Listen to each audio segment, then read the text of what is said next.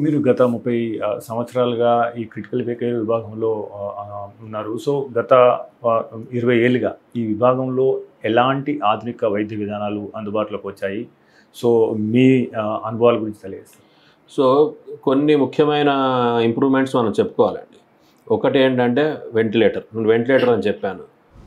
2000 సంవత్సరంలో నేను first time ఐసీయూలోకి వెళ్ళినప్పుడు వెంటిలేటర్ అన్నది ఏదో బేసిక్ మెషిన్ లాగా ఉండేది. అంటే అప్పట్లో 1983లో మారుతి 800 కార్ వచ్చినప్పుడు ఎలాగ ఉండేది అలా ఉండేదన్నమాట. ఏసీ కూడా అడిషనల్ అన్నమాట. ఏసీ కూడా ఆప్షనల్ అని ఉండేది. మీకు గుర్తుంటే కార్ వెనకాల 800 ఏసీ అని రాసుకునేవాళ్ళు, టింటెడ్ గ్లాస్ అని రాసుకునేవాళ్ళు.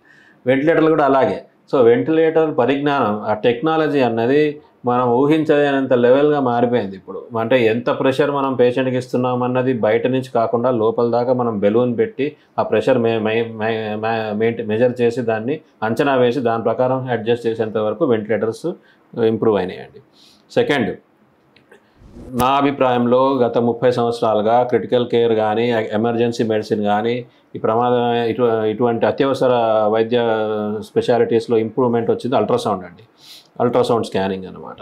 పేషెంట్కి మెదడుకు సంబంధించిన బ్లడ్ సప్లై ఎలాగుంది, అక్కడి నుంచి మనం శ్వాస తీసుకునే పైప్ ఎలాగుంది, ఊపిరితిత్తులు ఎలా పనిచేస్తున్నాయి, మీ కాలేయం ఎలా పనిచేస్తుంది, కిడ్నీకి రక్తం సరఫరా ఎలాగుంది, ఇవన్నీ గుండె ఎలా కొట్టుకుంటుంది, ఇవన్నీ పేషెంట్ పక్కన పేషెంట్కి రేడియేషన్ రిస్క్ లేకుండా 5 నిమిషాల్లో మీకు ఆన్సర్ ఇవ్వగలిగిన మెషిన్ అల్ట్రాసౌండ్.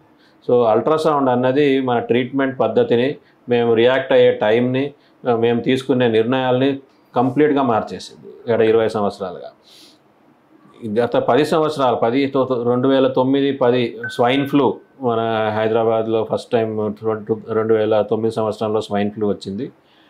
అప్పటి నుంచి మనకి ఎక్మో అన్న ఒక ఇంపార్టెంట్ టెక్నాలజీ మనకి హైదరాబాద్లో అవైలబుల్ ఉంది. ఎక్మో హైదరాబాద్లోనే కాదు, దేశంలో చాలా చోట్ల ఉంది. ఇది ఏంటంటే వెంటిలేటర్ పెట్టినప్పుడు కూడా పేషెంట్కి ఒకవేళ ఆక్సిజన్ సరైన పాలలో అందకపోతే కిడ్నీకి ఎలాగైతే మనం మెషిన్ అమర్చి పాడైపోయిన కిడ్నీని సపోర్ట్ చేయడానికి డయాలసిస్ చేస్తామో, అలాగా ఒక మెంబ్రెయిన్ పెట్టి ఒక కృత్రిమ యంత్రాన్ని అమర్చి దాంట్లో ఆక్సిజన్ ఇచ్చి రక్తాన్ని దాంట్లో నుండి సర్క్యులేట్ చేసి దాంట్లోకి ఆక్సిజన్ పంపించడం ఎక్మో అన్నమాట.